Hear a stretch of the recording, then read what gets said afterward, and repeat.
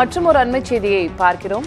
நமக்கு தெரியும், மூன்றாவது முறையாக பிரதமராக நரேந்திர மோடி பதவியேற்றுக் கொண்ட பிறகு இன்றைக்கு முதல் மத்திய அமைச்சரவை கூட்டம் நடைபெற்றுக் கொண்டிருக்கிறது. மாலை 5 மணிக்கு அமைச்சரவை கூட்டமானது தொடங்கியிருக்கிறது.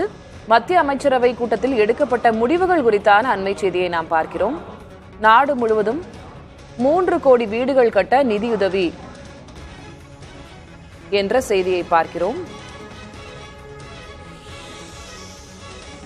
பிரதமரின் வீடு கட்டும் திட்டத்தின் மூலமாக மேலும் 3 கோடி பயனர்களுக்கு இந்த மத்திய அமைச்சரவை கூட்டத்தில் ஒப்புதல் வழங்கப்பட்டிருக்கிறது. கூடுதல் விவரங்களை வழங்குவதற்காக டெல்லியிலிருந்து மூத்த செய்தியாளர் கணபதி இணைகிறார். கணபதி, விவரம் என்ன? இன்று மாலை 5 மணிக்கு பிரதமர் நரேந்திர மோடி 3வது முறையாக பதவியேற்ற பிறகு முதல் அமைச்சரவை கூட்டம் தொடங்கியது. இதிலே ராஜ்நாத் சிங், அமித்ஷா, நிர்மலா சீதாராமன் உள்ளிட்ட மூத்த அமைச்சர்கள் கலந்து கொண்டார்கள்.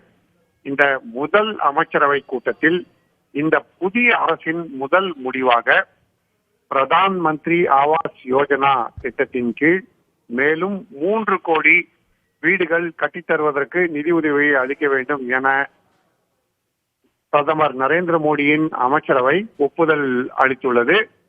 இதுவரை இந்த திட்டத்தின் கீழ் 4.21 கோடி இல்லங்கள் கட்டப்பட்டுள்ளன. இது ஊரக பகுதிகளிலும் கட்டப்படுகிறது, நகர்ப்புற பகுதிகளிலும் கட்டப்படுகிறது என்பது குறிப்பிடத்தக்கது. ஆகவே மக்களுக்கு குறைந்தபட்ச வசதியாக அவர்களுக்கு ஒரு கூரை இருக்க வேண்டும். அத்துடன் அதிலே கழிப்பறை, எல்பிஜி இணைப்பு, மின்சார இணைப்பு போன்ற அடிப்படை வசதிகள் இருக்க வேண்டும் என்கிற நோக்கத்துடன் மத்திய அரசு மாநில அரசுடன் இணைந்து இந்த திட்டத்தை செயல்படுத்துகிறது. ஆகவே பிரதமர் நரேந்திர மோடியின் முதல் அமைச்சரவை கூட்டத்திலே மிகவும் முக்கிய முடிவாக ஏழை மக்களுக்கான இந்த முடிவு எடுக்கப்பட்டிருக்கிறது. இன்று காலையில்தான் பிரதமர் நரேந்திர மோடி தனது அலுவலகத்திலே 3வது முறையாக பதவியேற்ற பிறகு முதல் முறையாக பணியை துவக்கினார்.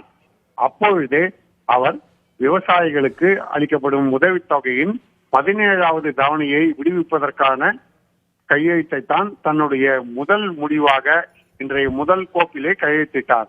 காலையிலே விவசாயிகளுக்கு நிதி விடுவிப்பதற்கான கையெழுத்து, அதன் பிறகு முதல் அமைச்சரவை கூட்டத்திலே ஏழை மக்களுக்கு வீடு கட்டித்தரும் திட்டத்துக்கான கூடுதல் ஒப்புதல் ஆகியவையே இன்று இந்த அரசு அடுத்தபடியாக எத்தகைய நடவடிக்கைகளை எடுக்கப் போகிறது என்பதை காட்டும் வகையிலே உள்ளது.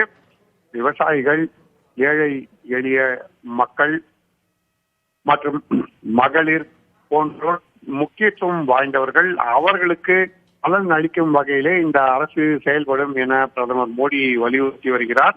அதன் அடிப்படையில் பார்த்தோம் என்றால் இன்றைக்கு இதுவரை எடுக்கப்பட்டுள்ள 2 முக்கிய முடிவுகள், ஒன்று விவசாயிகள் நலனுக்காகவும் இன்னொன்று ஏழை எளிய மக்களின் நலனுக்காகவும் என்கிற வகையிலே அமைந்துள்ளது.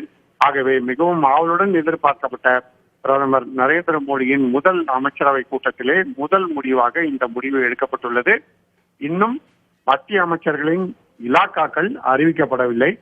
இந்த அமைச்சரவை கூட்டம் முடிந்த பிறகாவது இந்த இலாக்காக்கள் அறிவிக்கப்படுமா என புதிதாக நியமிக்கப்பட்டுள்ள அமைச்சர்கள் மிகவும் ஆவலுடன் காத்திருக்கிறார்கள். முதல் முடிவு எடுக்கப்பட்டுவிட்டது, அதற்கு அடுத்தபடியாக இலாக்காக்கள் பட்டியல் வெளிவரும் என அவர்கள் நம்பிக்கையுடன் காத்திருக்கிறார்கள். தலைவர் ஆட்சி பொறுப்பேற்றுக் கொண்ட பிறகு நடைபெறும் முதல் அமைச்சரவை கூட்டம் இதனால் முக்கியத்துவம் பெறுகிறது. விவரங்களை தொடர்ந்து சேகரிங்கள் கணபதி. தற்போதைய தகவல்களுக்கு உங்களுக்கு நன்றி.